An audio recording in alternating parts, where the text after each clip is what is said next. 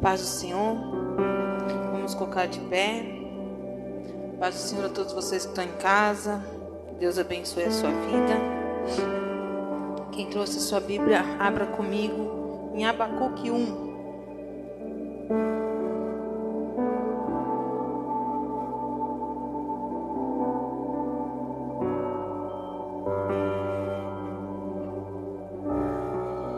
Abacuque 1.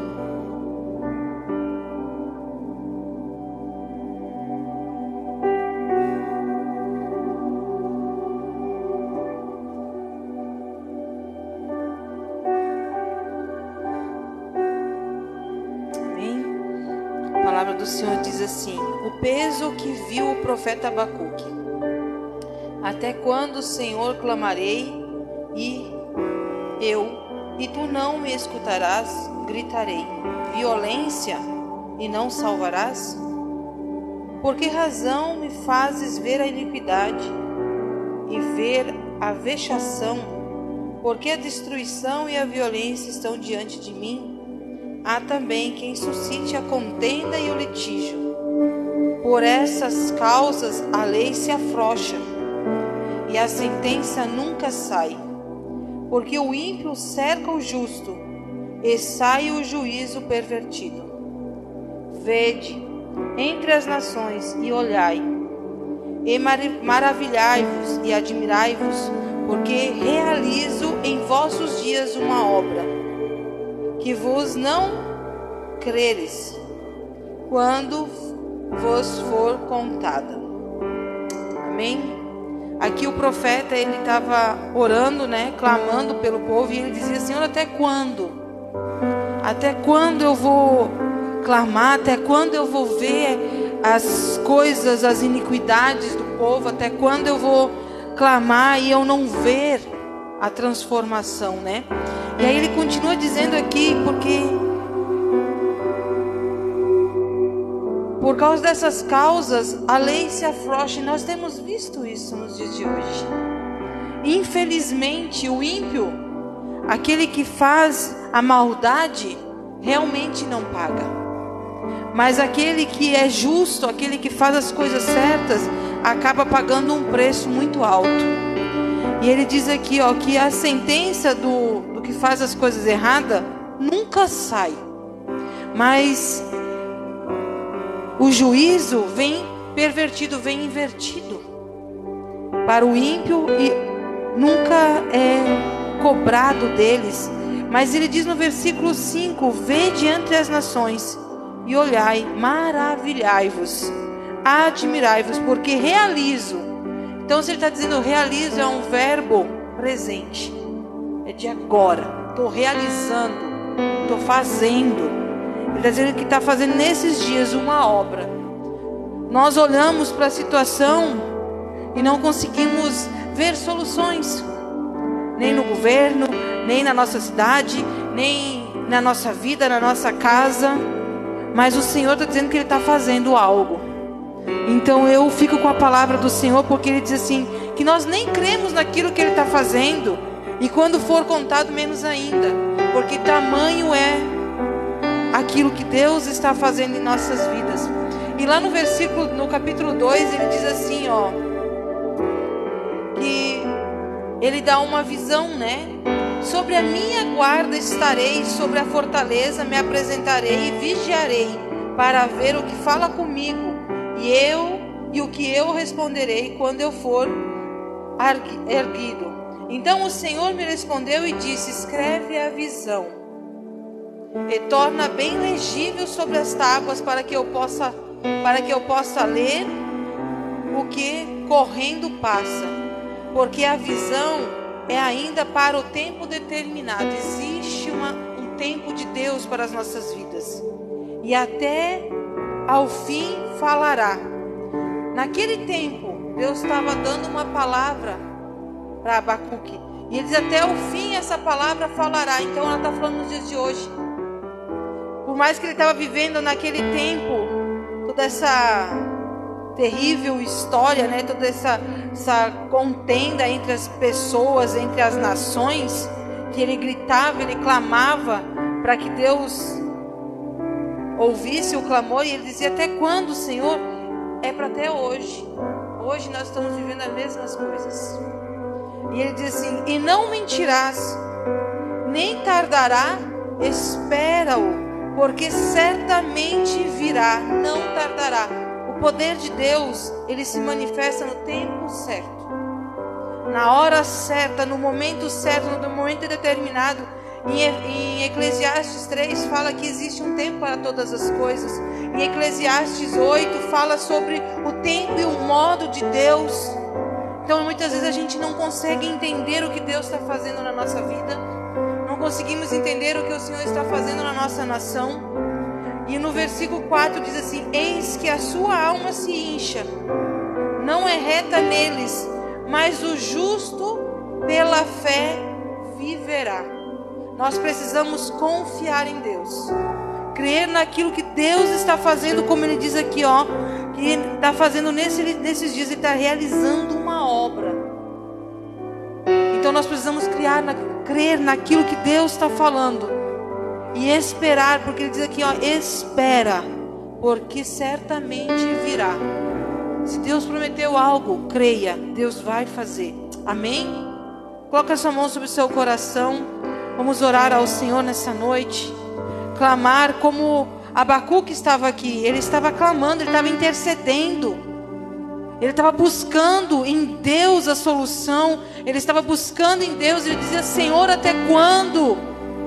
Mas aí a palavra do Senhor disse que um tempo determinado, até o fim falará, e certamente virá acontecer aquilo que Deus tem falado. Eu creio na palavra do Senhor. Eu sei que o Senhor está no controle de todas as coisas, e eu sei que tudo está nas mãos de Deus, porque em Romanos 8:28 diz que tudo coopera para o nosso bem, segundo o propósito que Deus tem nas nossas vidas. Qual é o propósito que Deus tem com tudo isso? Talvez os nossos olhos não possam contemplar ainda, mas o Senhor vai fazer com que a gente contemple aquilo que o Senhor tem projetado, planejado para as nossas vidas, porque a palavra do Senhor diz que Ele é bom, e Ele é bom em todo o tempo. Então Ele tem coisas boas para as nossas vidas. Oh, santo Tu és, Senhor Jesus. Segundo a Tua palavra, Senhor, como Abacuque, Senhor, se colocou e clamou e ouviu, Senhor, a Tua resposta, que o justo viverá pela fé, ó Pai. Nós queremos viver, Senhor, não segundo o que os nossos olhos estão vendo, não segundo aquilo que está nos rodeando, mas nós queremos viver aquilo que a Tua palavra está dizendo, ó Pai. Que há um tempo determinado e que o Senhor está realizando nesses dias uma obra. E eu creio, Senhor, nisso, e eu me apego a isso, e eu vou correr, Senhor, por onde tiver que ir, Senhor, pregando, Senhor, e levando a Tua palavra, Senhor. Crendo, Senhor, que Tu és, Senhor, soberano sobre as nossas vidas e que o Senhor está trabalhando, Senhor. Aleluia, Jesus. Nós Te glorificamos nessa noite, ó Pai, e bendizemos o Teu nome, Senhor. Enche este lugar, Senhor, da Tua glória, do Teu poder, ó Pai. Que nós possamos, Senhor, contemplar, Senhor, as Tuas maravilhas, como diz aqui. Que nós possamos nos admirar, Senhor, com tudo que Tu há de fazer, ó Deus. Que nossos olhos nem conseguem, Senhor, crer ou imaginar aquilo que o Senhor está fazendo nas nossas vidas. Eu Te agradeço, Senhor, mesmo sem ver, mas eu Te agradeço porque eu creio, porque eu tenho fé que algo o Senhor está fazendo em nosso favor nessa noite, ó Pai. Manifesta em nós, Senhor, o Teu querer. Toma, Senhor, o louvor dessa noite, que ele possa subir como incenso suave às Tuas narinas, ó Pai. Toma o penetrou dessa noite, ó Pai. Que Teu Espírito Santo use, Senhor, que a Tua palavra venha, Senhor, do Teu coração ao coração do Teu Filho, e que Ele venha entregar aquilo que está no Teu coração, ó Pai. Deus, em nome de Jesus, Senhor, que Teu Espírito Santo tenha liberdade em nosso meio, ó Pai. Trabalhe em nossos corações, ó Pai, para que nós possamos, Senhor, cada dia mais, Senhor, nos esvaziar de nós mesmos, Senhor, para que o Senhor possa nos encher, Senhor, do Teu Espírito, ó Pai, para que nós possamos, Senhor, persistir, não desistir, Senhor, e continuar a correr essa corrida que nos foi proposta, ó Pai, até o fim, ó Deus, em nome do Senhor Jesus, amém. Graça e paz do Senhor, amém. Queridos, ainda nesse mesmo espírito de adoração, de oração e de temor na presença do nosso Deus, nós queremos te adorar, Jesus. Nós queremos, Pai, te entronizar, Pai, neste lugar. Que os nossos corações, Pai, encontrem o teu. Que nós possamos ser encontrados, Senhor, pelos teus olhares, Pai, nesta noite. Em nome de Jesus. Nos ajuda, Senhor, a permanecer. Em nome de Jesus. Venha habitar.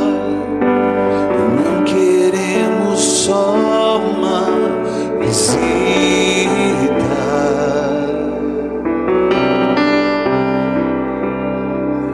Vem desfrutar.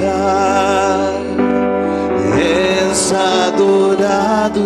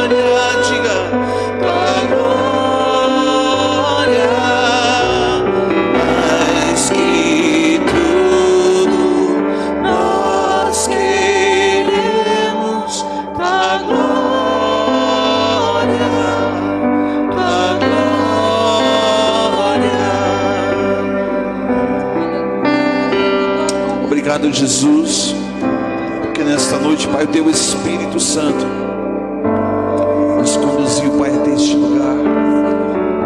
Clamamos, Pai, que o Senhor venha derramar sobre nós, Pai, o Teu bálsamo, a Tua unção, o Teu sangue, Pai, que verteu naquela cruz, seja sobre nós, Senhor, perdoando de pecados e iniquidades, em nome do Senhor Jesus Cristo, Pai. Aleluias. Bendito seja o Teu santo nome, Pai.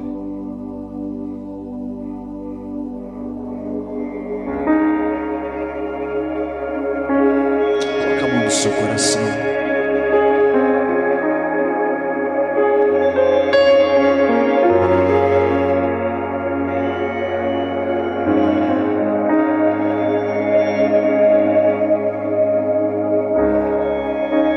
As minhas lamparinas estão acesas,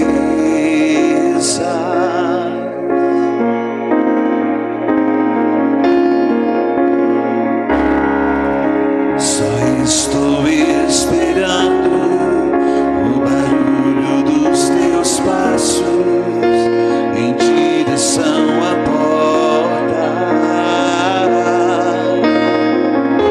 É só bater que eu vou abrir pra você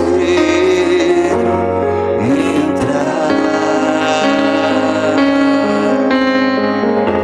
É só bater que eu vou abrir pra você entrar.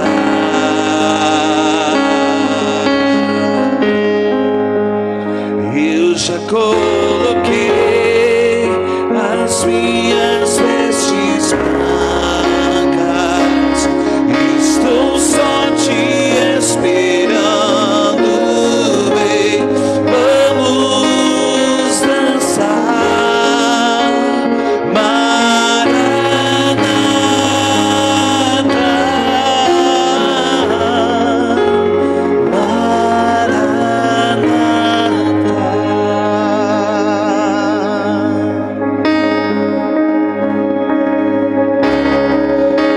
as minhas lamparinas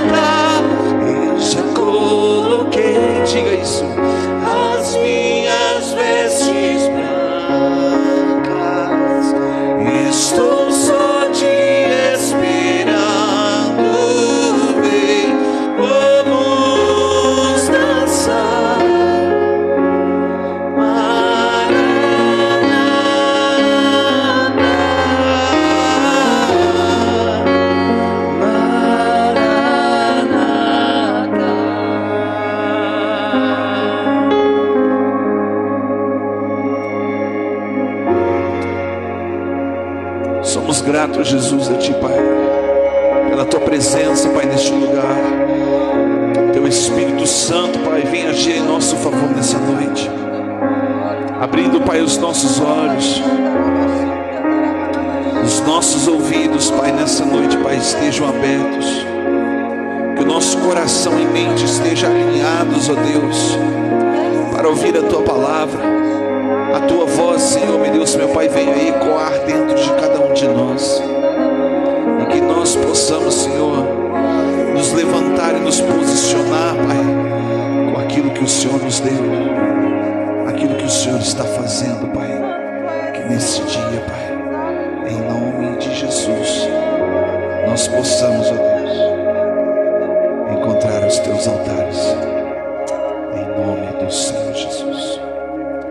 Bendito seja Teu santo nome, Pai. Aleluia. Amém, queridos. Pode tomar teu assento.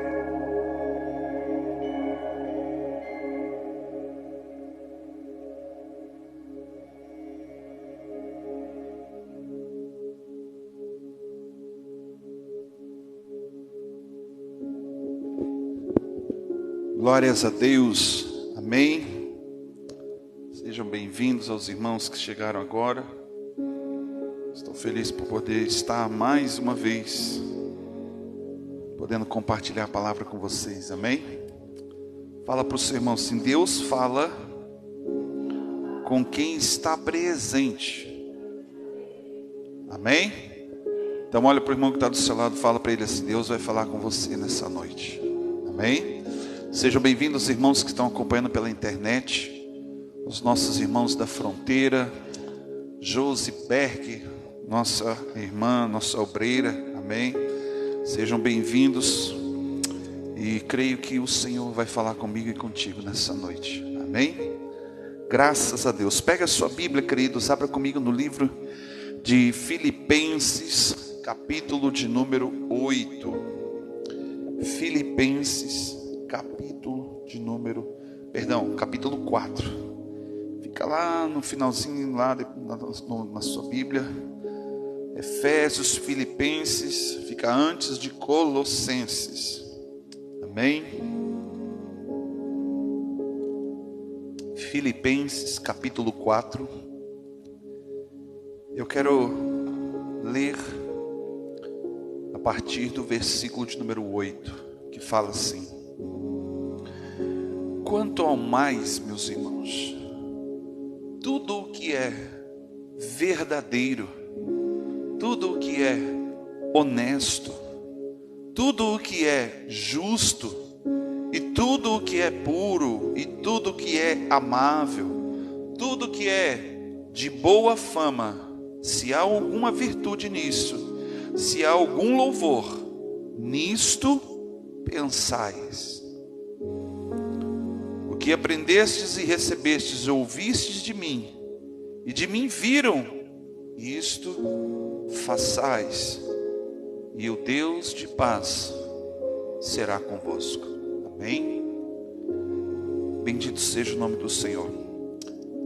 Eu quero trazer uma mensagem para você nessa noite, um tanto quanto difícil. Difícil porque a palavra de Deus, ela nos instrui, ela nos ensina. A palavra de Deus, ela diz que ela é apta para discernir, ela é apta para dividir e separar aquilo que é certo, o que é errado, mas também ela é como uma lixa que vem polir, vem trabalhar o nosso caráter. E não há nada mais do que enganoso do que o próprio coração do homem. A palavra de Deus diz: mais do que todas as coisas, o coração do homem é enganoso. Por isso, 1 Coríntios, no capítulo 10, fala que aquele que pensa estar de pé, cuide-se para que não caia. Domingo passado eu trouxe uma mensagem ali na igreja de Carlos Barbosa, e eu olhava aqui do púlpito, os irmãos, os obreiros me olhavam assim, ó, os olhos arregalados. Eu falei: meu Deus do céu, final de semana que vem não vai ter ninguém na igreja. Por quê? Pela primeira vez eu senti o espírito da profecia sendo liberado sobre a igreja ali em Carlos Barbosa de uma forma tal que eu tive a certeza e a segurança de que Deus estava agindo e falando no coração das pessoas. Mas observe o que Paulo está dizendo aqui aos Filipenses. Ele está falando de tudo aquilo que é bom, de caráter, de intenção, de motivação. Ele está falando de índole. Ele está falando de pensamentos, atitudes. Nisso você precisa considerar no seu coração. Porque nós estamos vivendo uma época, uma geração em que as pessoas pensam ser uma coisa que não são. Muitos falam daquilo que não são, muitos pregam e ensinam aquilo que não vivem. Eu quero dar o tema nessa mensagem, nesta noite, como falso cristão. Olhe para a pessoa que está do seu lado com todo respeito e pergunta assim: você já viu um falso cristão? Você já viu um falso cristão? Sabe, queridos, quando você começa a analisar e ler a Bíblia, os céus não te chamam de cristão. Você sabia disso? Quem nos chama de cristãos são as pessoas lá de fora, os ímpios que olham para mim e para você e vê uma conduta, vê um caráter, atitudes, ao qual se parece muito com Cristo. Então se rotulou no início da igreja primitiva pessoas que eram parecidas com Jesus, pequenos Cristo. E começou a ser assim então, porque os céus, quando ele olha para mim e para você, ele tem duas linguagens: é meu filho, é minha filha. Estamos nessa terra por passagem. Muitas pessoas, quando falam também, vão ministrar e falando sobre enterro, velório, sobre eternidade, dizem que nós viemos para este mundo sem nada. É verdade. Nascemos, muitos nasceram sem dentes, sem cabelo, todos nasceram sem roupa. E quando nós morremos, as pessoas dizem que nós não levamos nada desta terra. Isso é mentira. Nós levamos um caráter transformado, algo que foi restaurado pelo Espírito de Deus na nossa vida, fazendo com que eu olhe para a minha conduta, a minha atitude, as intenções do meu coração, que muitas vezes pode me enganar, muitas vezes pode fazer com que eu acredite em algo que eu não sou. Então hoje nós vivemos uma geração que não tem identidade, pessoas que ouvem o Evangelho, mas não se identificam com ele, porque é difícil de reconhecer Deus como Pai, porque não tiveram pais presentes. Não conhece, não entende uma figura do que é ter um pai presente, uma mãe presente. E essas pessoas, elas acabam se tornando aquilo que elas não são, porque os pais, mesmo sendo ruins, olha o que a Bíblia diz, que os pais, mesmo sendo ruins, sabem dar coisas boas para os filhos. Só que a leitura que nós fizemos quando filhos desses pais que são ruins, a gente entende que tudo é ruim. Quando você era mais jovem, quando você era criança, você ia para a escola e você não gostava de ir, mas você ia porque teu pai entendia, teu pai e tua mãe entendiam que aquilo ali era bom e ia fazer de você uma pessoa instruída, mas você não gostava de fazer. Talvez assim como eu, quando na minha adolescência, na minha infância, meu pai e minha mãe falavam para mim: faça isso, faça aquilo. E eu fazia, eu dizia sim por fora, mas por dentro eu dizia que não.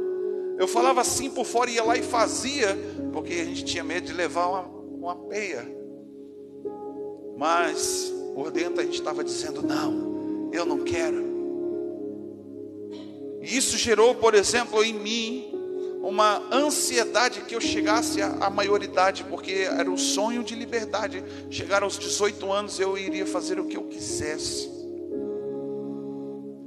E nós perdemos o contato, a comunicação, a conexão com o nosso Deus como Pai, porque nós aprendemos a ser superficial.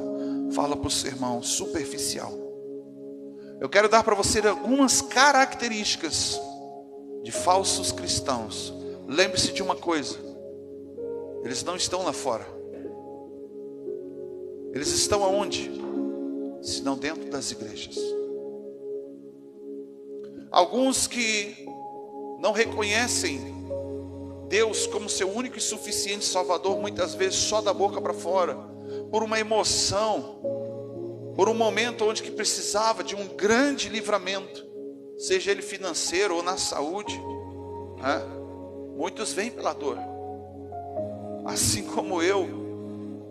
Um dia fugindo da polícia, eu falei: Deus, eu me entrego, eu prefiro servir o Senhor do que ir para o inferno, porque eu sabia que se aquele policial naquele dia me pegasse, ele ia atirar primeiro para depois perguntar se eu tinha feito alguma coisa. Mas Jesus é misericordioso, amém?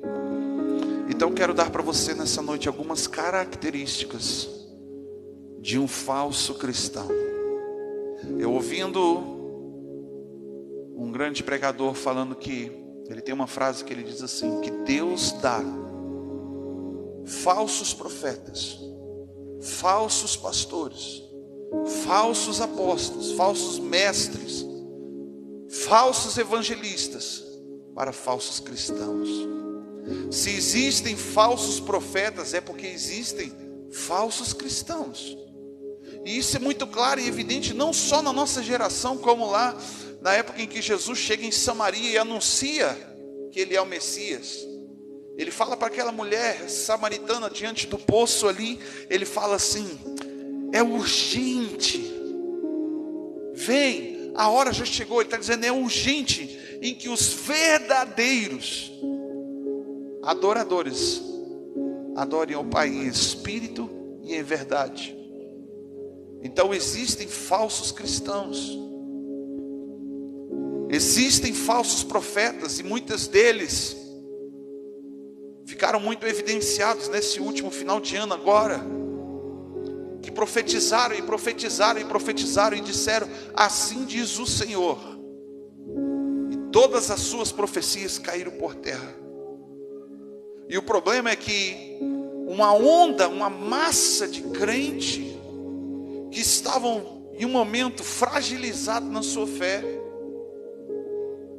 uma conduta superficial com Deus, foram arrebatados e levados no mesmo pensamento. Lembre-se de uma coisa, Jesus diz que ladrão, ele não entra pela porta, ele pula a cerca e arrebata as ovelhas, porque a ovelha não sabe distinguir se é um lobo ou se é uma ovelha. O próprio Jesus anuncia numa parábola dizendo que no meio do trigo existe o joio. E estas pessoas, quem são e quem não são, elas só serão reveladas no grande dia do Senhor, Apocalipse 20, o trono branco.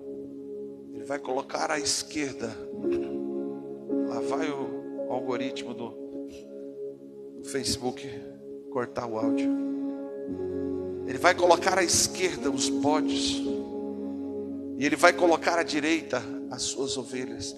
E ele dirá aos que estão à direita: vinde benditos do meu Pai, para o lugar que está preparado para vocês.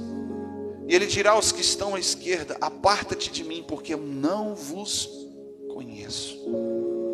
Essa semana eu ouvindo um pregador comentando sobre falsos profetas. E quando a gente lê a Bíblia, a gente procura falsos profetas. Você já leu na Bíblia sobre um falso profeta? Quando você pensa na Bíblia e lembra de qual é o primeiro nome que vem à sua mente sobre um falso profeta, senão o próprio profeta Balaão?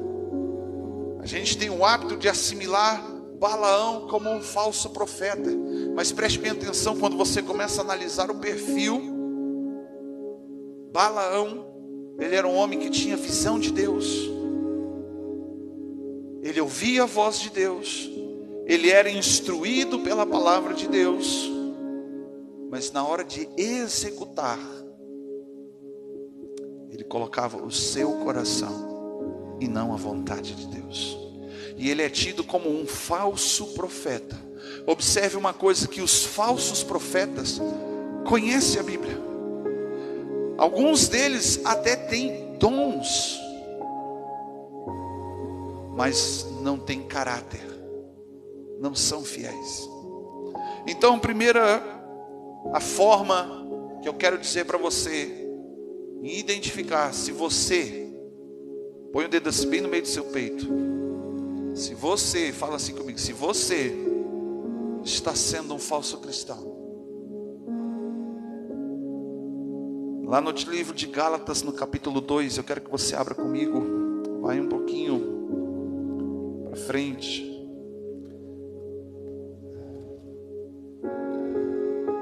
Perdão, volta um pouquinho, Gálatas capítulo 2, no versículo de número 11. Eu quero falar aqui de superficialidade, e você vai se identificar como é ser um cristão superficial. Capítulo 2 do livro de Gálatas, versículo 11, diz assim: e chegando Pedro a Antioquia, resisti-lhe na cara, porque era repreensível.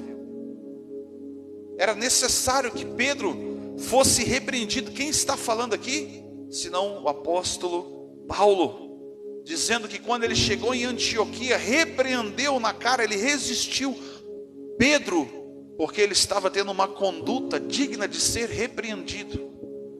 Ele estava vivendo de uma forma superficial. Versículo 12, ele continua dizendo assim: porque antes que alguns tivessem chegado da parte de Tiago, ele comia com os gentios, mas depois que chegaram, foi se retirando e apartou-se deles, temendo que eram da circuncisão. E outros judeus também dissimulavam. Olha só, grave isso aqui, repita comigo: dissimulação. Repete comigo: dissimulação. E outros judeus também dissimulavam. Olha só o que é ser um falso cristão. É aquela pessoa que ela é dissimulada, superficial, e quando ela comete erros, a primeira coisa que ela faz, olha para a cadeira que está do seu lado, ela se esconde, ela some, ela vai embora, ela não consegue permanecer. Dissimulavam com ele de maneira que até Barnabé se deixou levar pela sua dissimulação. Um falso cristão dissimulado e superficial tem a capacidade de contaminar, de influenciar negativamente a pessoa que está próxima de você. Versículo 14, olha Paulo dizendo: mas quando vi que não andavam corretamente conforme a verdade do Evangelho, disse a Pedro na presença de todos. Sabe, eu ouvi por muitas vezes em palestras sobre liderança, e quando você chama um liderado, quando você chama um companheiro de trabalho, você nunca corrige ele na frente dos outros, você elogia ele na frente dos outros. Você nunca vai chamar alguém, mas olha o que Paulo estava dizendo: porque ele era digno de ser repreensível, de ser repreendido por causa da conduta falsa que ele estava agindo, para que todos os que estavam ali aprendessem com os erros dos outros. Sabe o que a Bíblia nos ensina?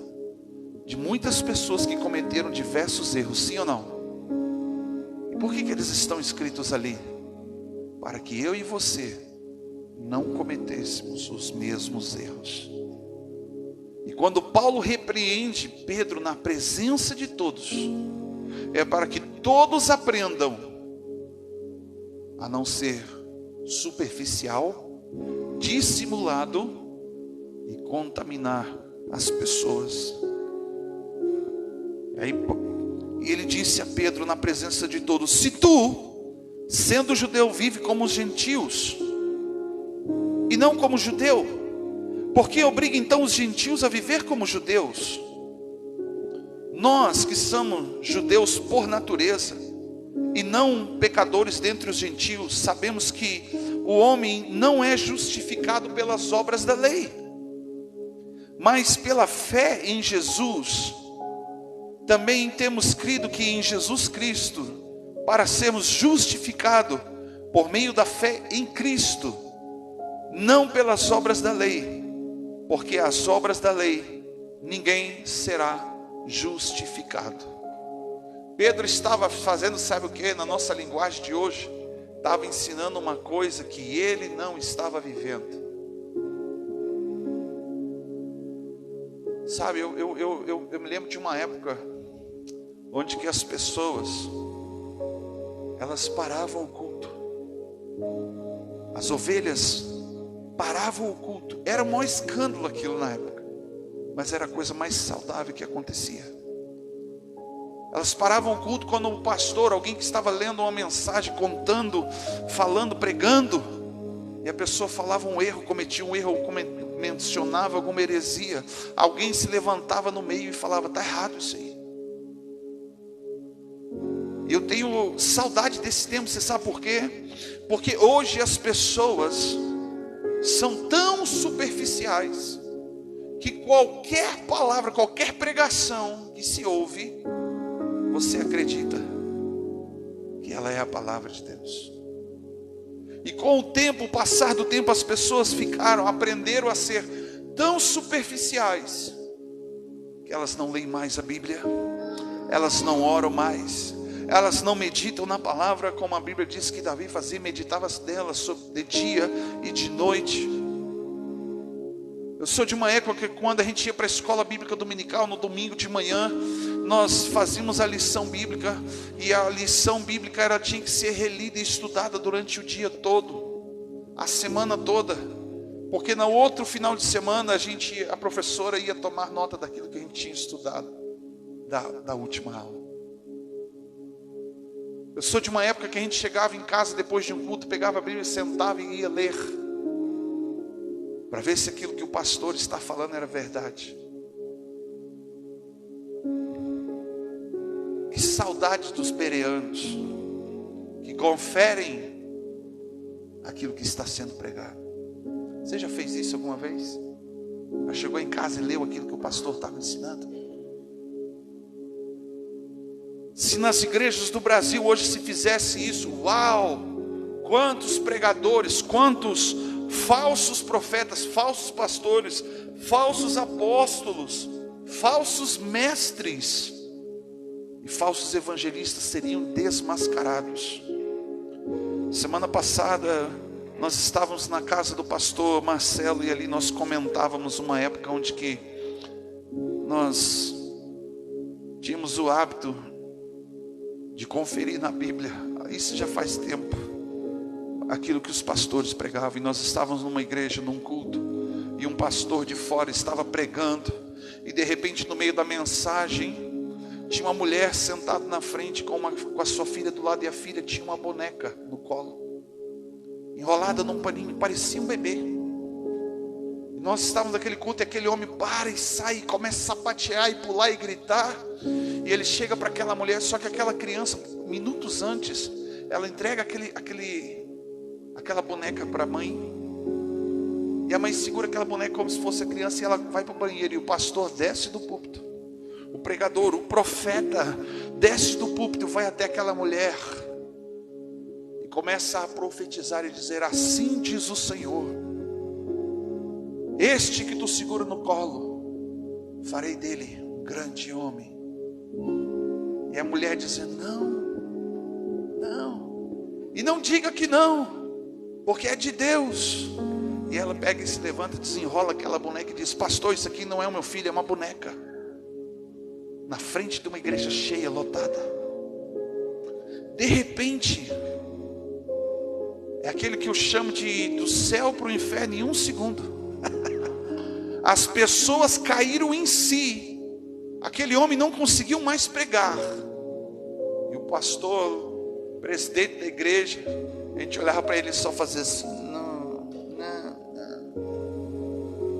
O homem se retrata e fala assim: igreja, me perdoe, me passei. Eu estava emocionado e falei aquilo que não era da parte de Deus. Preste bem atenção. Se alguém se levantar no meio de um culto, se alguém ligar para você, mandar uma mensagem dizendo que Deus falou, não estou dizendo que Deus assim não faça, Mas você precisa provar a profecia, a Bíblia diz. Fala para o seu irmão, você precisa provar a profecia. Muitas pessoas me questionam, às vezes elas me mandam vídeos sobre profecias do Brasil, no mundo, sobre pessoas em particulares. A única resposta que eu dou, olha, se cumprir, a Bíblia diz, a esse profeta temei. Se você conhece alguém que profetizou algo e aconteceu ao contrário, esse aí você ignora, porque ele não falou da parte de Deus. Então, queridos, se existem falsas profecias, falsos profetas, é porque existem falsos cristãos que não estão vivendo de acordo com a palavra de Deus. São superficiais, são pessoas insensíveis. Por que elas são superficiais? Porque elas não têm coragem de mergulhar e de ir mais fundo em Deus. Elas têm medo. Deus chama um profeta Ezequiel numa visão, leva ele para dentro da igreja, e ele faz ver a porta da igreja se abrir, e debaixo do altar descia uma água como um rio, e aquele rio se estendia, e o anjo do Senhor chama ele, vem comigo. E ele anda 500 metros naquele rio, e a água dava nos seus tornozelos. E o anjo do Senhor chama ele a andar mais 500 metros. Ele anda, as águas então começam a bater nos seus joelhos. E o anjo do Senhor fala, vem mais um pouco. E ele caminha, e aquela água agora já pega nos seus ombros. E aí o anjo do Senhor fala para ele, anda mais um pouco. Vem mais um pouco, vem mais profundo. Traduzindo para a linguagem de hoje, ele diz assim, não dá mais pé. Eu não consigo mais. Porque se eu botar um passo mais para frente, eu vou perder a segurança do chão que eu piso. Mas é nesse momento, queridos, onde que Deus nos chama para vivermos e andarmos não mais superficialmente. Sabe o que é andar, ser superficial em Deus?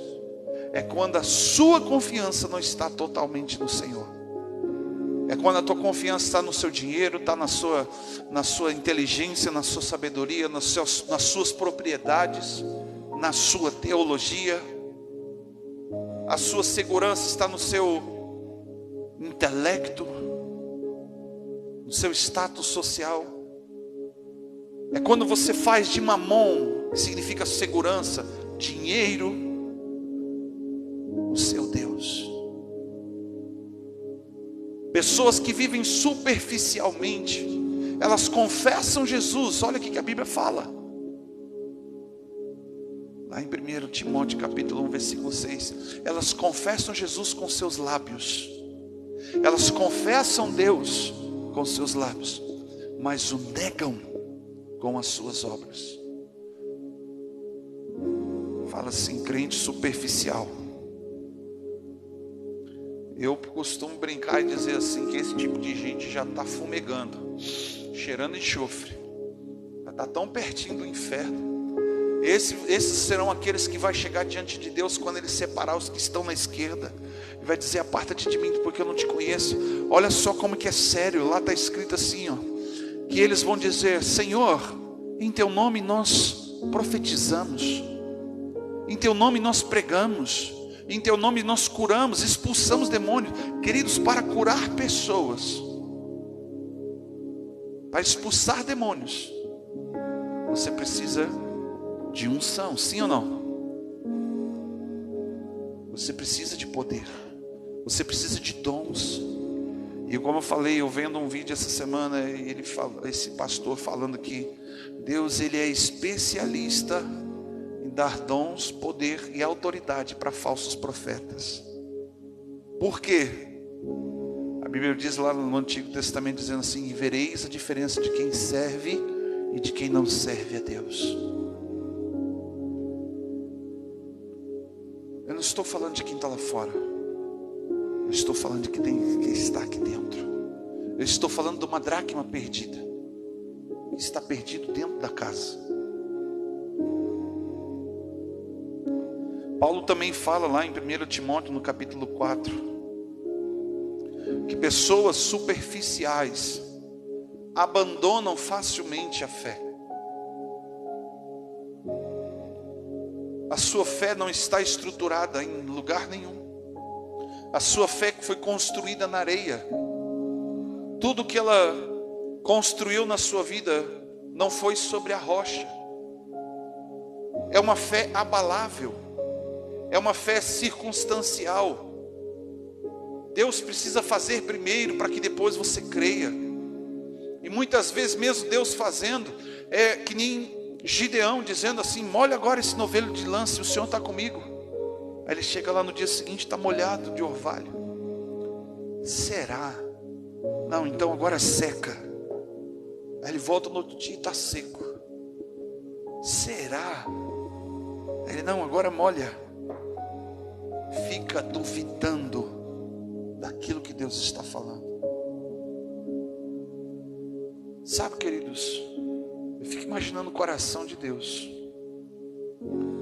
Quando o povo é arrebanhado, levado por todo vento de doutrina, de homens, de demônios, mas quando Deus vem com a palavra de cura, de libertação, de salvação, de transformação de alma e de caráter, as pessoas não acreditam, as pessoas renunciam.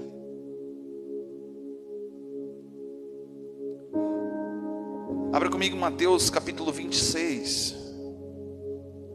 Mateus 26, as palavras de Jesus acerca dos falsos profetas. Mateus capítulo 26, versículo de número 69, diz assim: ora, Pedro estava sentado no pátio, e aproximou-se dele uma criada e lhe disse: tu também estavas com Jesus, o Galileu?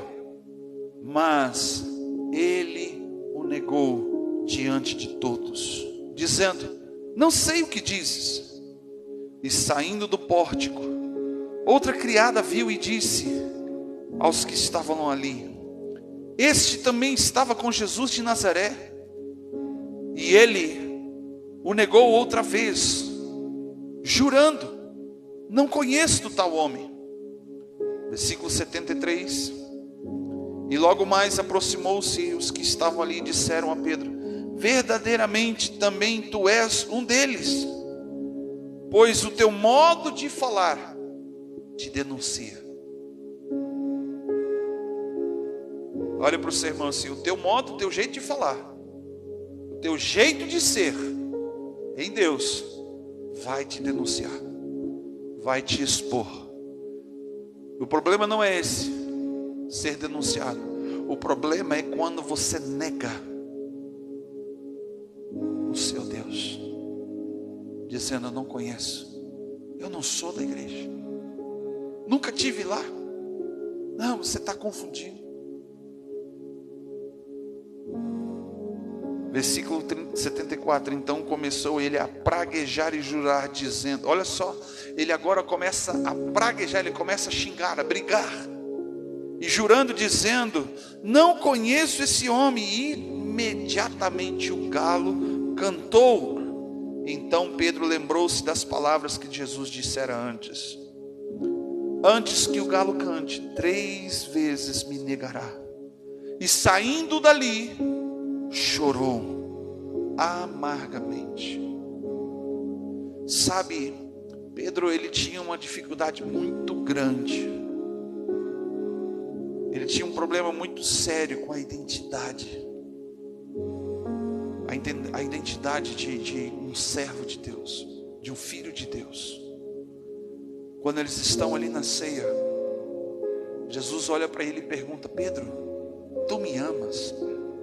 Só que você observa antes, um pouquinho antes, rebobina a fita, dentro daquela mesma noite, Jesus anuncia que vai ser preso, que vai morrer e vai ressuscitar. E aí Pedro fala assim: não, Senhor, nós iremos contigo à prisão. Nós, se tivermos que morrer, nós morreremos contigo. E daqui a pouco Satanás fala na boca dele: Quando ele anuncia, olha, vou me prender, ele diz, salva-te a ti mesmo. E Jesus repreende Pedro ali, não Pedro propriamente, mas ele repreende Satanás que estava falando na boca de Pedro. Sim, eu entendo que Pedro naquele momento, ele não era um homem cheio do Espírito Santo. E mesmo que fosse cheio do Espírito Santo, também não fica diferente quando ali nós lemos em Filipenses capítulo 4, quando Pedro foi repreendido na presença de todos por Paulo, porque estava vivendo de uma vida superficial, vivendo hipocrisia, sendo hipócrita naquilo que ele ensinava, mas não vivia. E quando chega no momento onde que Jesus quer estabelecer algo dentro do coração dele, quer marcar dentro do coração dele, quer resgatar a superficialidade, Jesus anuncia, essa noite um de vocês vai me trair. Um de vocês vai me trair. E a Bíblia, quando você pega o livro de Marcos, você lê quando fala sobre esse texto especificamente. Pedro olha para João e pergunta, que estava bem próximo de Jesus, ali ao lado de Jesus. Imagino eu, ou com palavras, com sinais, algum tipo, dizendo assim, pergunta para ele, quem que vai trair? Olha para o seu irmão aí, com respeito, fala assim, quem é que vai trair Jesus? Quem vai trair Jesus nessa noite? Quem que vai negar Jesus nessa noite? E Jesus, a Bíblia diz que em secreto, ele não anuncia para todos, ele fala para João, vem assim, aquele que eu dei o pão agora. Aí Jesus se levanta e vai até Judas, e ele deixa bem claro que Judas o trairia. Eu vi um pregador dizendo uma certa vez que, uma expressão, uma ilustração, que Pedro era tão arrogante, tão presunçoso, ele se achava, ele era o crente que se acha, ao ponto de quando ele vai perguntar para João, João pergunta para o mestre quem é que vai trair, porque eu e você, a gente coloca a mão no fogo, bem assim, eu jamais, e ele mesmo diz, eu jamais te abandonarei. João pergunta para ele, João, eu e você, eu coloco a mão no fogo, mas pelos outros não. Aí quando Jesus faz isso, dá e serve e reparte a ceia ali, ele olha para Pedro, que pensava que amava, fala para o seu irmão assim, você pensa que ama o Senhor. Quando eu descobri isso na minha caminhada cristã, que eu preciso que Deus coloque dentro de mim amor por Ele, eu entrei em crise, descobri que não amava Deus por mim mesmo. Isso está na Bíblia. Você sabia disso? Porque o que Pedro estava dizendo quando Jesus pergunta, Pedro, tu me amas? Pedro estava respondendo de uma forma recíproca. Pedro amava Jesus por tudo que ele fazia, por tudo que ele representava, por tudo aquilo que ele esperava que Jesus assim o fizesse. Fosse um grande líder que livrasse o império, do império romano, a escravidão que os judeus estavam vivendo. Ele esperava que Jesus fosse no seu biotipo, no seu estereótipo de um grande líder libertador. Vai levantar uma milícia, vai tomar a espada, vai expulsar os romanos de Israel. E Jesus olha para ele e pergunta, Pedro, eu vou usar a tradução, tá? Que está escrito lá, Pedro, tu me amas com amor sacrificial, amor ágape. E Pedro responde para ele assim, reciprocamente, sim, Senhor, eu gosto muito de você. Quando você casou, quando você conheceu alguém, você casou com aquela pessoa para amar e ser amado, não foi assim? Você precisava ser amado, sim ou não? E conforme o amor que você tem por uma pessoa e expressa, você espera receber de volta. Sim ou não? Lá em João 3,16 fala que Deus amou de tal maneira. Esse tal maneira não tem nada a ver com reciprocidade. Porque se Deus nos amasse esperando algo em troca de mim e de você, Ele estava encrencado. Sim ou não? Deus, Ele não nos ama da forma com que você ama a sua esposa, seu filho, seu pai, sua mãe. Deus nos ama incondicionalmente. E quando nós não entendemos e não conhecemos esse amor incondicional, nós não conseguimos amar o nosso próximo e nem a nós mesmos. Nós não conseguimos entender quem somos, de onde viemos, para onde retornaremos.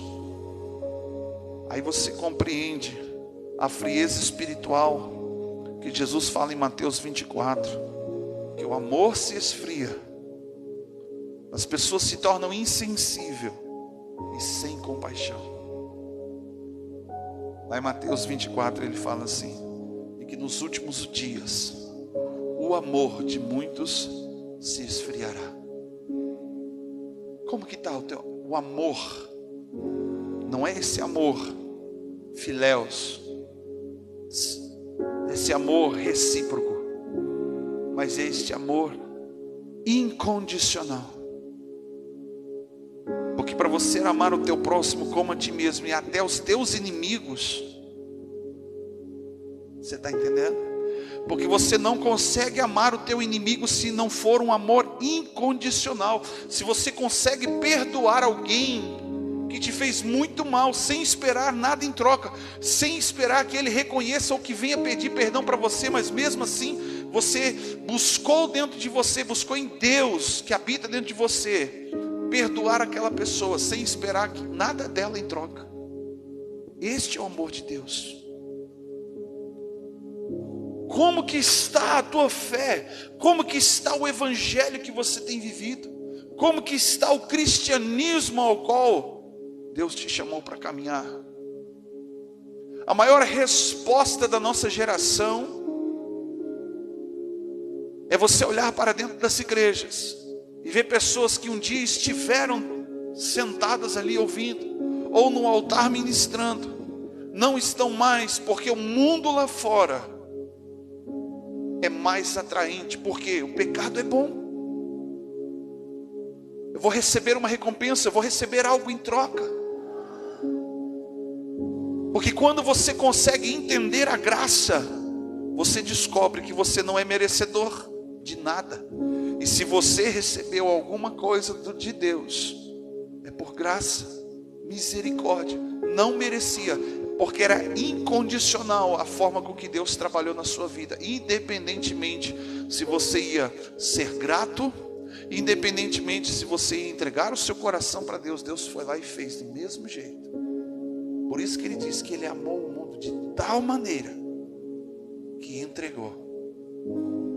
Só Deus para fazer isso. Eu não faria, não conseguiria fazer de tal forma. Você não conseguiria. Ninguém conseguiria fazer o que Deus fez, o que Jesus fez naquela cruz por mim e por você. E Deus não espera nada em troca. Porém, os céus têm uma expectativa. Você quer saber outra característica de que você está sendo um falso cristão? Sabe como? Com a sua generosidade e gratidão. Com aqueles que te ajudam, com aquele Deus que mudou a tua história. A Bíblia fala que Jesus cura 10 leprosos e apenas um voltou para agradecer. Um reconheceu o que Jesus fez. E observe a frustração de Jesus. Ele fala assim para aquele homem: uai, o mineiro, né? Uai, senhor, não era 10? Só voltou um. Você entende isso, querido? Será que vocês têm sido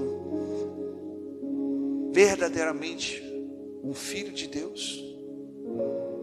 Você é um filho autêntico de Deus, resgatado, porque não adianta somente nós confessarmos com a boca, precisamos crer com o nosso coração, precisamos entregar, a gente precisa mergulhar, nós precisamos viver de uma forma integral.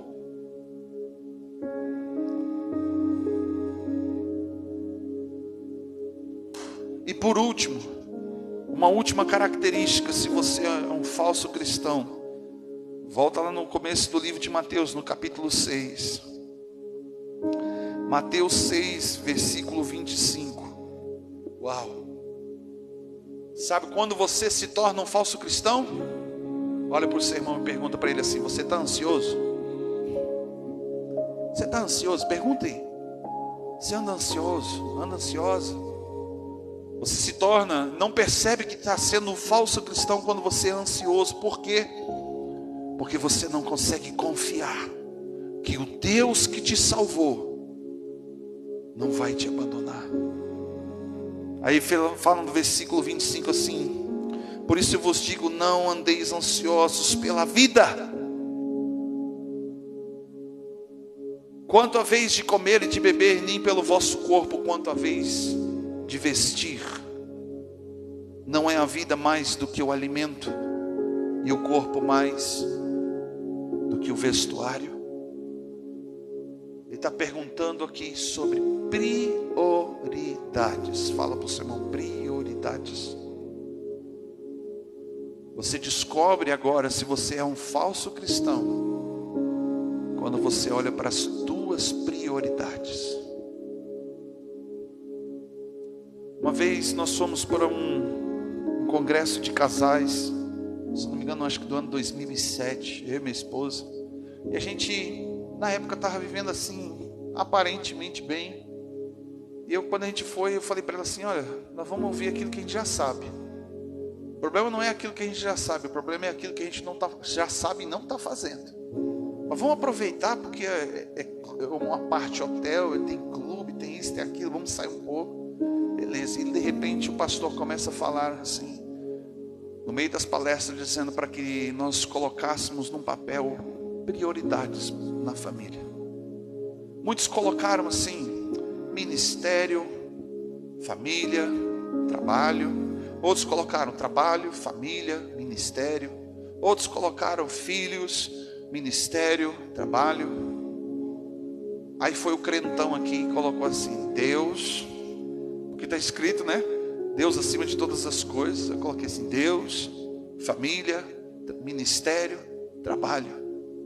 E aí aquele homem que estava ministrando, um grande pregador para casais, chamado Josué Gonçalves, ele pega algumas listas e ele vai falando sobre as prioridades que as pessoas têm na sua vida. Para assim por alguns segundos e pensa assim: qual é a prioridade da sua vida hoje?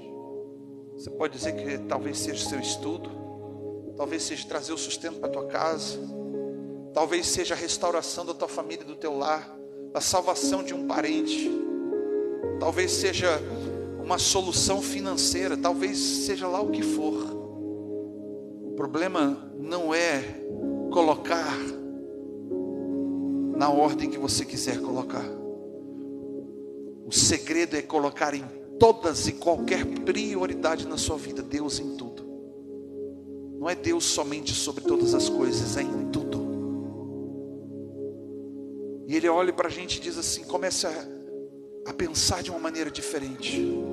Se a tua prioridade é a tua família, Deus está inserido na tua família como prioridade. Se a tua prioridade é o teu trabalho, Deus está inserido como prioridade no teu trabalho. Se a tua prioridade é a tua vida financeira, Deus está inserido como prioridade na sua vida financeira. E todas as outras coisas. Porque olha o que o texto está dizendo. O que é mais importante? A vida? O que é mais importante? É você estar vivo? Ou é você comer? Mas tem gente que vai dizer assim: pastor, sem comer a gente vai morrer.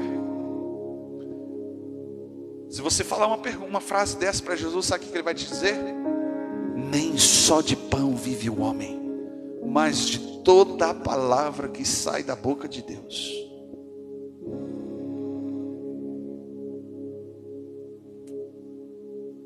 Não é o corpo mais importante do que a roupa.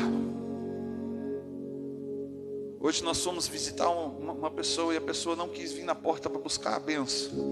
Eu falava, se tu não vir aqui em 10 segundos, você vai perder a benção. Aí ela respondeu assim, eu não estou bem vestida para descer aí. Eu quase que respondi para ela, você precisa fazer maquiagem para vir aqui na porta? Aí a pastora Fabiana teve misericórdia, foi lá e atendeu ela. Foi até a casa dela. Deus o livre que eu ia descer junto para ver. A irmã devia estar só espantada. Descabelado, com a camisa do partido, vai saber. Aquela cara sem maquiagem, que dá para o cara orar e repreender. O que é mais importante? Você chega em algumas igrejas, para elas é mais importante o que você está vestido, e não daquilo que você está revestido, porque a tua roupa não identifica que você é um filho de Deus. Mas olha o que é que nós lemos antes. As tuas palavras e a tua conduta denuncia quem você é em Deus. Não são as minhas roupas, não é onde eu moro, não é a casa que eu tenho, não são as coisas que eu tenho, é aquilo que minha boca fala, que meu coração está cheio. Você compreende isso? Se nós começamos agora a colocar empecilho para tudo, por causa disso, por causa daquilo, que não sei o que, eu acho muito interessante a forma com que o nosso líder, pastor Vladimir, nos desafia. Nós temos as agendas da convenção e ele fala assim, quando tem os retiros, né? A gente sabe, e eu particularmente eu sei, que financeiramente eu não tenho condições nenhuma. E ele desafia a gente dizendo assim, faça a tua inscrição e creia que Deus vai trazer a provisão. Queridos, se você não der o primeiro passo no lugar onde não tem onde você pisar, você está ali esperando o chão aparecer para colocar o seu pé, nada vai acontecer. Mas se você colocar os teus pés para fora do barco, só vendo água, Jesus coloca o chão para você pisar. E ele fala para a gente assim, o nosso pastor, faça a tua inscrição, querido. Aí tem gente que não faz a inscrição porque não tem fé que daqui, 4, 5 meses vai ter dinheiro para poder pagar a inscrição do evento. Nós já fomos para aquele retiro de pastores líderes quantas vezes? Umas 4 vezes, e todas as vezes eu não tinha 1 centavo. Ontem à noite, Rafa, nós precisávamos abastecer o carro, porque nós íamos para o culto em Bento, e hoje de manhã, de madrugada, 4:30 da manhã, nós tínhamos que ir para Porto Alegre. E a gente não tinha 1 centavo para abastecer. E eu falei para a Fabi assim, vamos colocar no cartão de crédito. E cremos que Deus vai dar provisão. E nós estávamos chegando, eu parei no posto, não foi? Parei no posto, quando eu olhei para o valor da combustível, eu falei, sangue de Jesus tem poder. Eu olhei para o cara e falei, esse preço aí mesmo? É. Eu falei, não, volta amanhã. E saí do posto, porque não tinha 1 centavo. Ia colocar no cartão de crédito. Ontem o combustível estava 5,29, uma coisa assim. Hoje está 5,89. Sangue de Jesus tem poder.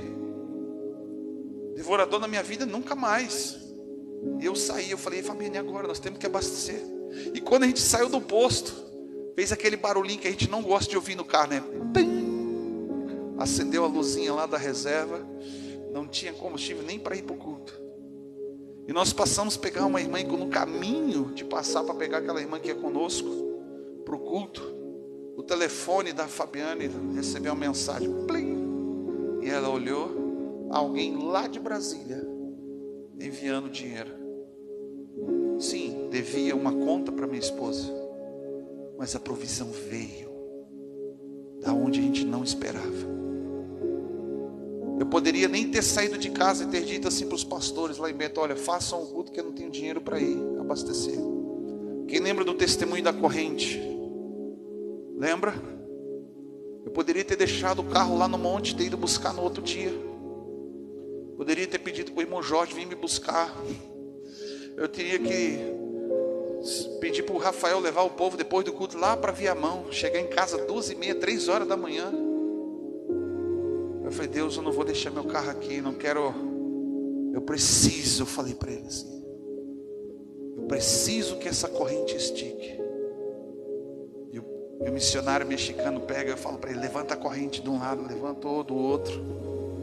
E o carro não passava da altura do capô, a corrente. Eu falei, levanta a corrente aí. O Edson, o mexicano, ele pega a corrente, quando ele levantou mais alto do que o teto. Eu falei, eu vou passar. O outro irmão disse, não vai dar, alemão, não vai dar. Eu descobri que alemão não é teimoso, ele é insistente. Eu peguei, soltei o carro e passei com 4 dedos de fogo, uma corrente que não levantava mais do que essa altura aqui. Quando o carro passou a corrente dessa altura. Como? A gente sabia que tinha vivido um milagre. Nós não vimos, mas sabíamos que tinha vivido um milagre.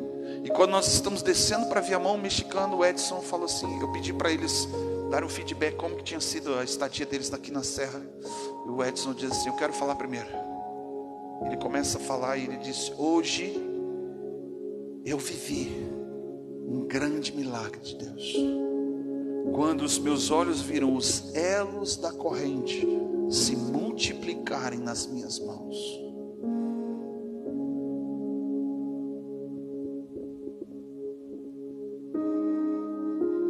As nossas prioridades não devem estar naquilo que nós temos, ou naquilo que desejamos, ou naquilo que nós precisamos como coisas.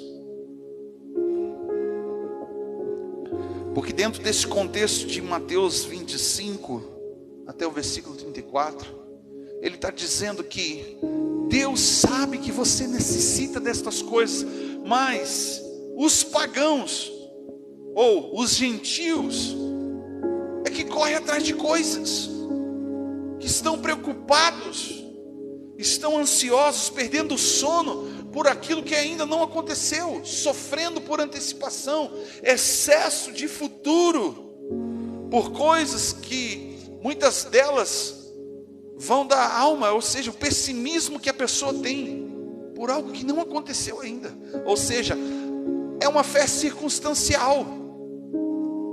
Tem pessoas que fazem leitura, se você está bem em Deus, é o quanto de dinheiro você tem na sua conta, é se teu carro está em dia, tuas contas estão tudo em dia, tu abre a geladeira, tem lá comida para dar, para vender. É quando você abre o seu guarda-roupa assim, ó, começa a cair caixas e caixas de sapato. As irmãs deixaram de ser ovelha e viraram centopeias, de tanto sapato, tanto casaco, que isso, que aquilo. Os homens então, perfume disso, perfume daquilo. São simplesmente coisas que Deus sabe que você necessita. E nós colocamos coisas muitas vezes como prioridade. Quando você coloca coisas como prioridade, você vai andar ansioso. E a ansiedade é um sinal de que você está sendo um falso cristão. É um sinal de que a sua confiança não está no Senhor, está naquilo que você tem e naquilo que você não tem. Aqui são as palavras de Jesus. Ele fala no versículo 6 assim: olhai para as aves dos céus, não semeiam, não colhem, nem ajuntam em celeiros, contudo o vosso Pai Celestial as alimenta. Não tem de vós muito mais valor do que elas? Olhe para o seu irmão, fala para ele bem assim, pode apontar o dedo e dizer assim, Deus valoriza quem você é e não o que você tem. Deus valoriza quem você é. E se Ele valoriza quem você é, filho, filha, Ele sabe de tudo que você necessita.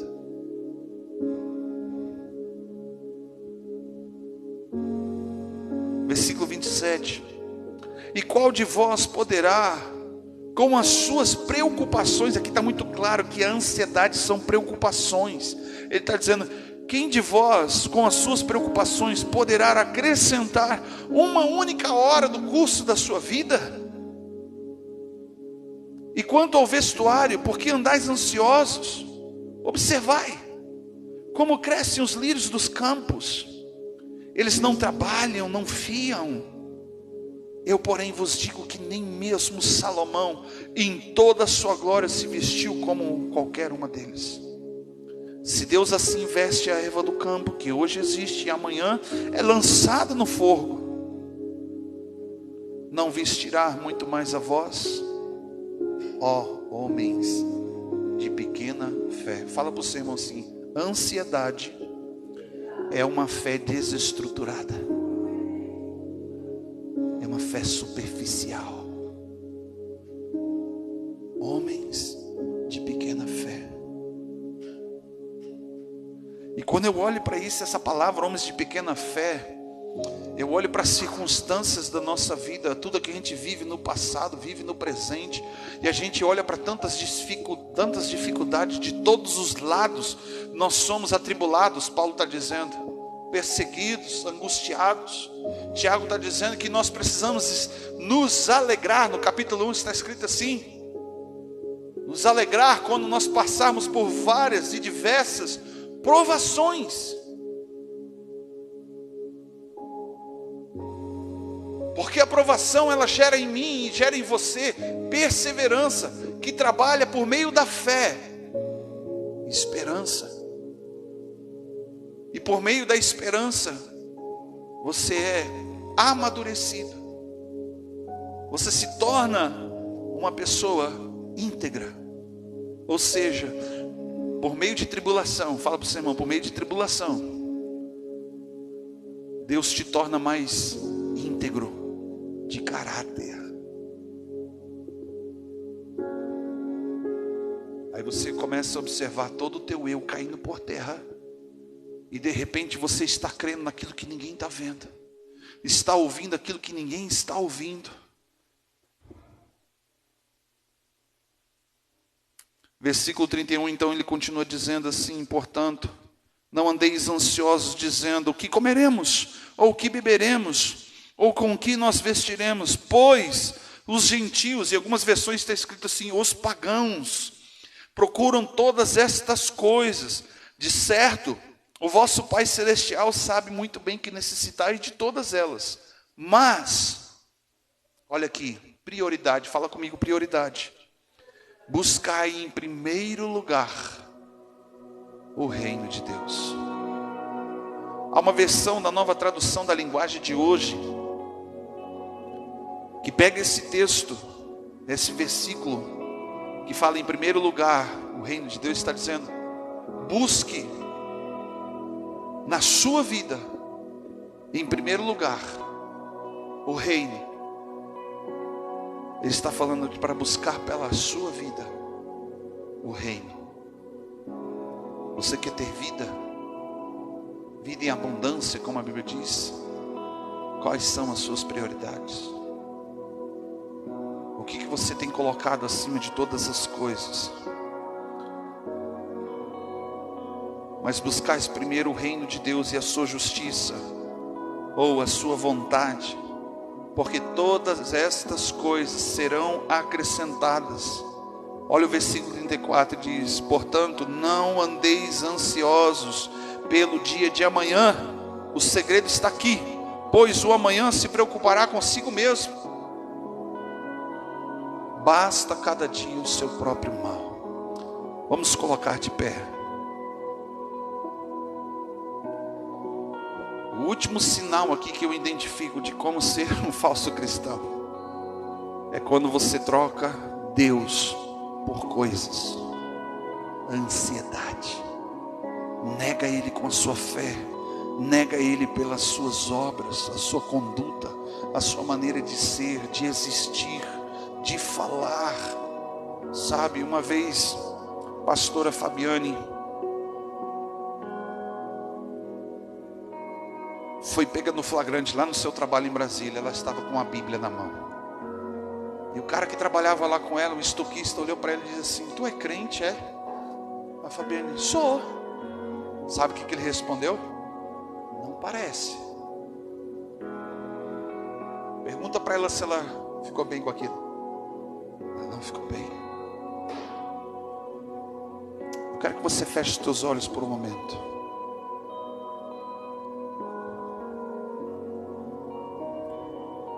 Se você entende que Deus está falando com você hoje, se você entende que esta palavra é a voz de Deus para a tua vida, resposta de Deus para o problema chamado eu, se você entende nessa noite que Jesus está te dando uma oportunidade, fala para Ele: eu não quero mais ser o mesmo, eu não quero mais ser a mesma, eu não quero mais ser superficial,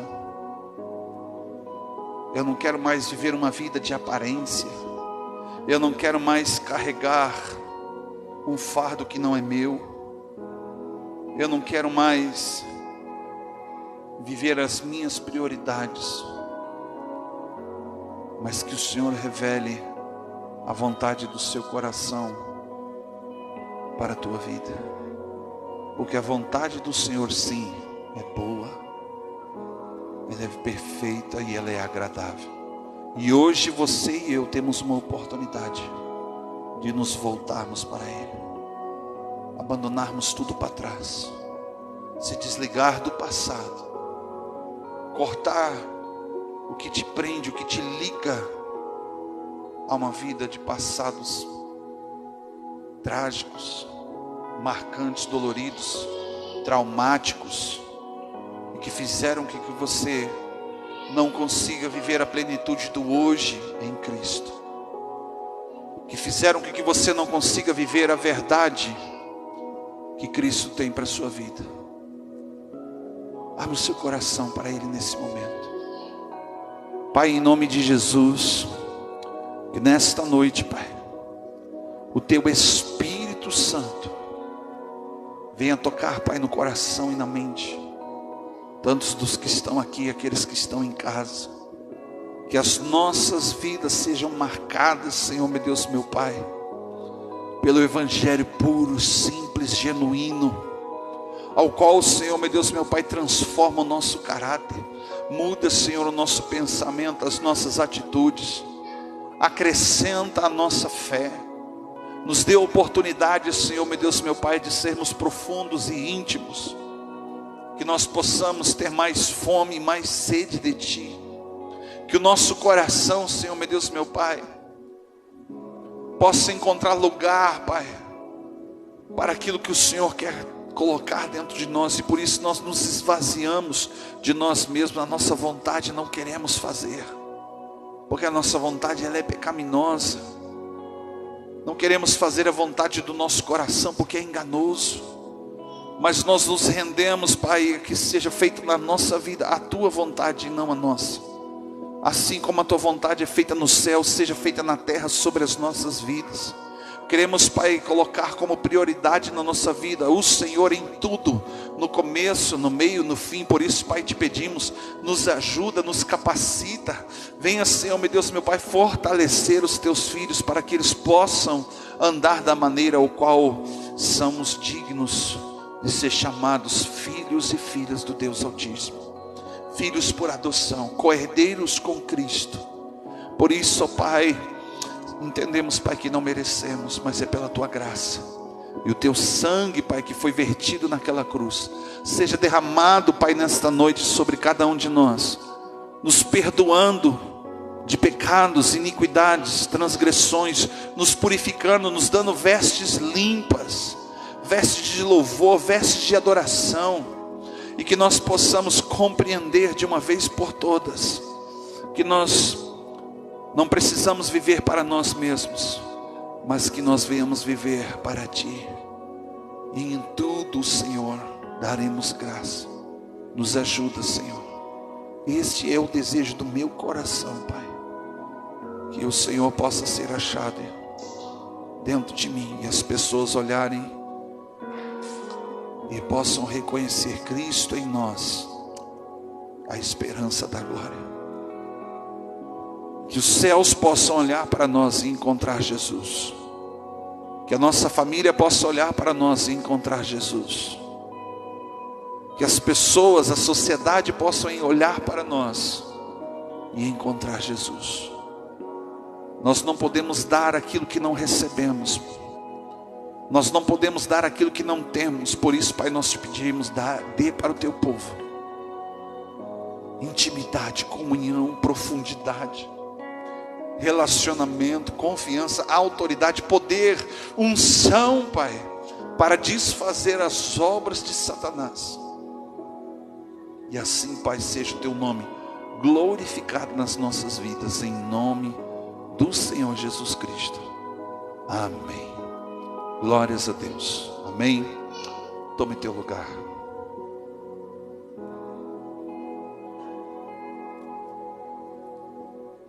Bendito seja o nome do Senhor. Amém. Este momento, nosso momento de gratidão. Você que tem um desejo no seu coração, que queira ofertar, que queira trazer ao altar sua oferta, seu dízimo, seu propósito, nós vamos estar orando por você, abençoando a tua vida. Tome nas tuas mãos. Você que não tem nessa noite, peça para Deus. Como eu disse já, não podemos dar a Deus aquilo que antes Ele já não nos deu. E se Ele nos deu, somos gratos dando para Ele, devolvendo. Amém, queridos? Eu quero chamar aqui o futuro pastor Rafael, em nome de Jesus. Quem crê, diga amém. Amém. Nós exercemos fé por Ele, Jesus. Nós vamos estar orando. Amém, queridos? Tome nas tuas mãos. Amém, Senhor. Senhor, meu Deus e meu Pai, em nome de Jesus, Pai, quero te agradecer, Senhor, por tudo que está fazendo em nossas vidas, Senhor. Abençoe o dizimista, o ofertante, Senhor, aquele que está na sua casa, ele está aqui, Senhor, aquele que está precisando de uma porta aberta, Senhor. O Senhor conhece cada um, Senhor, o coração de cada um, Senhor. Em nome de Jesus, Pai, abençoe a cada um que está aqui, cada um que está precisando, Senhor. Amém. Quem tiver pode trazer. Aleluia. Você fica à vontade. Amém, queridos?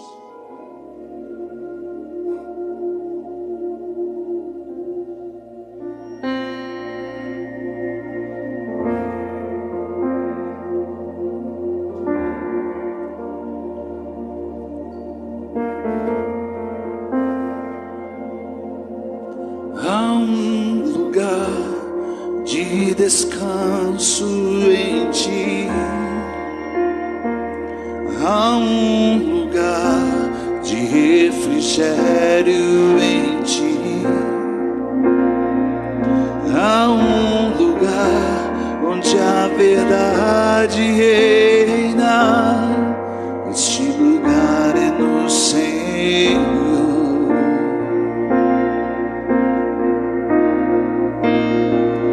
Há um lugar onde as pessoas não me influenciam. Há um lugar onde eu ouço teu Espírito. Há um lugar onde há vitória em meio à guerra. Este lugar é no Senhor.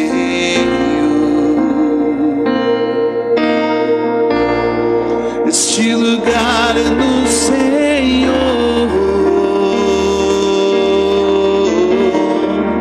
Este lugar é no Senhor.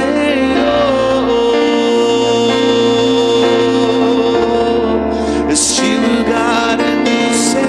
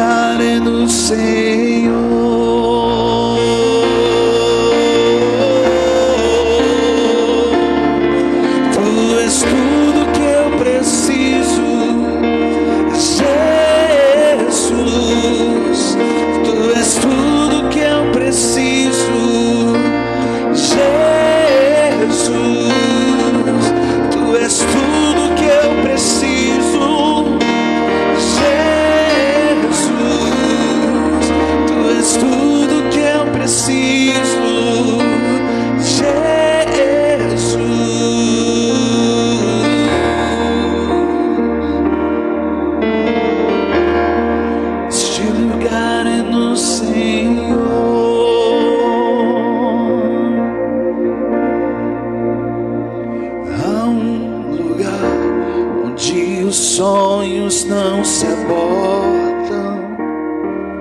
Há um lugar onde o temor não me enrijece. Há um lugar quando o que se perde é que se ganha. Este lugar é do Senhor.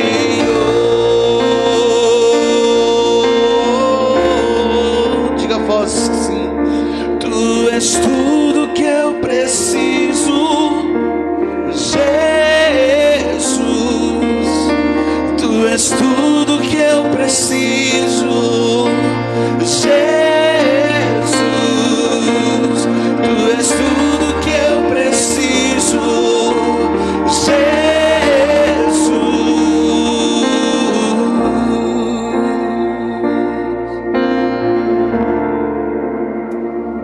Aleluia, Jesus. Nós precisamos achar este lugar em Deus.